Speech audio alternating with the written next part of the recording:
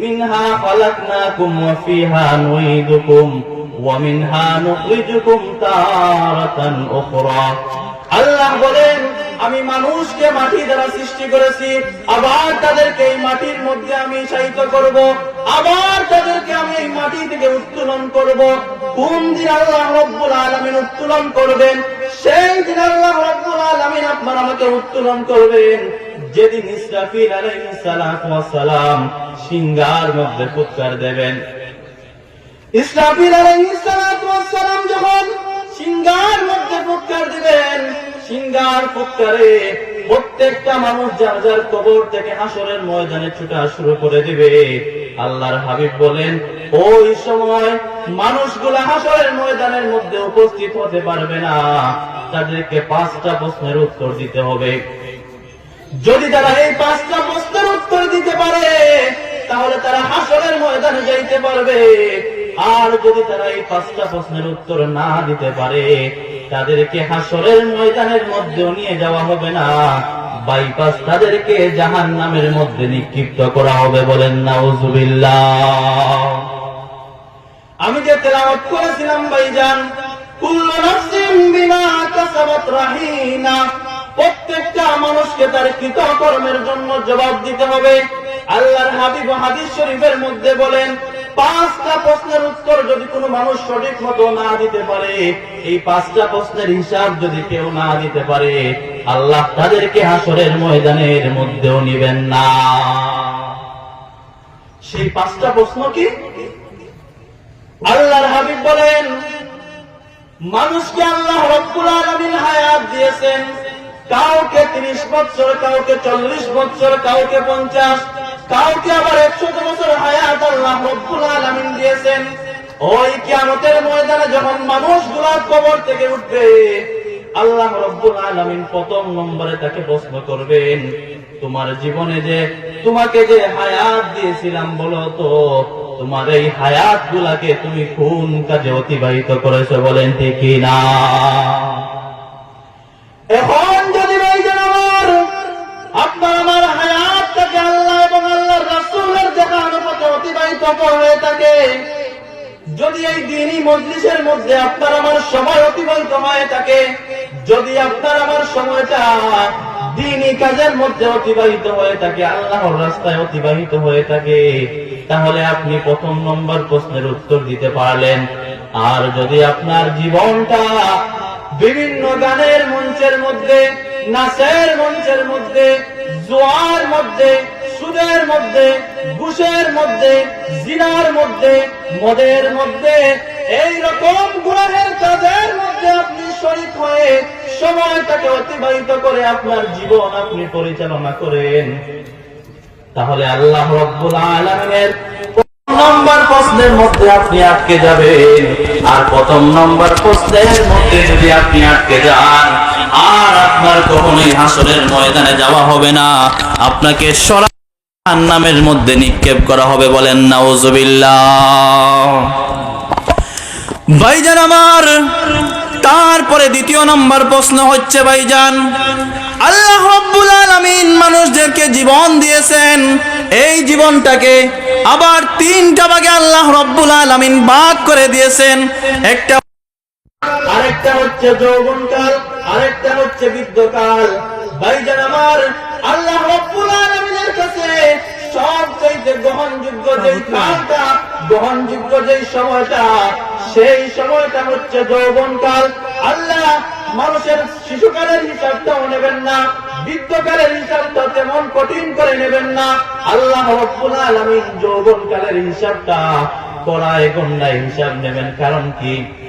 কারণ একজন যুবক চাইলে সে এভারেস্ট বিজয় করতে পারে, একজন যুবক চাইলে সে চাঁদের দেশে যাইতে পারে, একজন যুবক চাইলে সে মাউন্ট এভারেস্টে উঠতে পারে, কিন্তু একজন বৃদ্ধ যদি চায় একটা টিলার উপরে গিয়ে উঠবে, সে উঠতে পারবে না। একটা বাচ্চা যদি চায় সে একটা পাহাড়ের মধ্যে উঠবে, তার সেই ক্ষমতা নাই। এই জন্য আল্লাহ রাব্বুল আলামিন বলেন, আল্লাহর হাবিব হাদিসের মধ্যে ইরশাদ করেছেন, তোমার শরীরের মধ্যে আমি যৌবনের এত শক্তি দিলাম, এত ক্ষমতা দিলাম, আমি এত নিয়ামত তোমার মধ্যে দিলাম, এই যৌবনে তুমি তোমার সময়টাকে কোন কাজে অতিবাহিত করেছো তার হিসাবটা তুমি দাও। যদি যৌবনের সময়টা আল্লাহ রাব্বুল আলামিনের জিকির এবং ফিকিরের মধ্যে থেকে থাকে, তাহলে আপনি 2 নম্বর প্রশ্নের উত্তর দিতে পারবেন।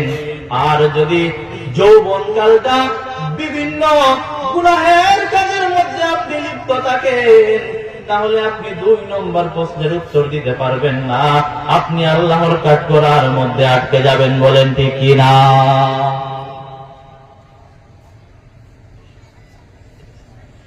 তো ভাইজান আমার 2 নম্বর প্রশ্ন গেল। 3 নম্বর প্রশ্ন হচ্ছে, আল্লাহ রাব্বুল আলামিন আপনার আমাকে অনেক ধন সম্পত্তি দিয়েছেন, যাকে যতটুকু দিয়েছেন আল্লাহ রাব্বুল আলামিন বলবেন, হে বান্দা, তুমি যে এত ধন সম্পদের মালিক হইলে, বলো তো তোমার ধন সম্পদটা তুমি কোন ভাবে উপার্জন করেছো, কিভাবে তুমি তোমার ধন সম্পদগুলো অর্জন করেছো। যদি আপনি হালাল ব্যবসা করে, আপনি যদি হালাল পন্থায় যদি টাকাগুলো উপার্জন করে থাকেন, তাহলে তো আলহামদুলিল্লাহ আপনার 3 নম্বর প্রশ্ন সহজ হয়ে গেল। আর যদি আপনি সুদের মধ্যে সুদের লেনদেন করে, ঘুষের মাধ্যমে, বিভিন্ন টেন্ডারবাজির মাধ্যমে যদি আপনি টাকা অর্জন করে থাকেন, তাহলে আপনি 3 নম্বর প্রশ্নের মধ্যে আটকে যাবেন।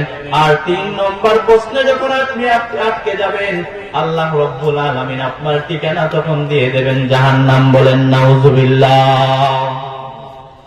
তারপরে ভাইজান আমার, আপনি এত কষ্ট করে টাকাটা উপার্জন করলেন, কিন্তু অনেক বোকা মানুষ আছে, যখন তার টাকাটাকে সে ব্যয় করে বিভিন্ন খারাপ কাজের মধ্যে ব্যয় করার কারণে তার হালাল টাকাটাও হারাম হয়ে যায়। বলেন ঠিক কিনা?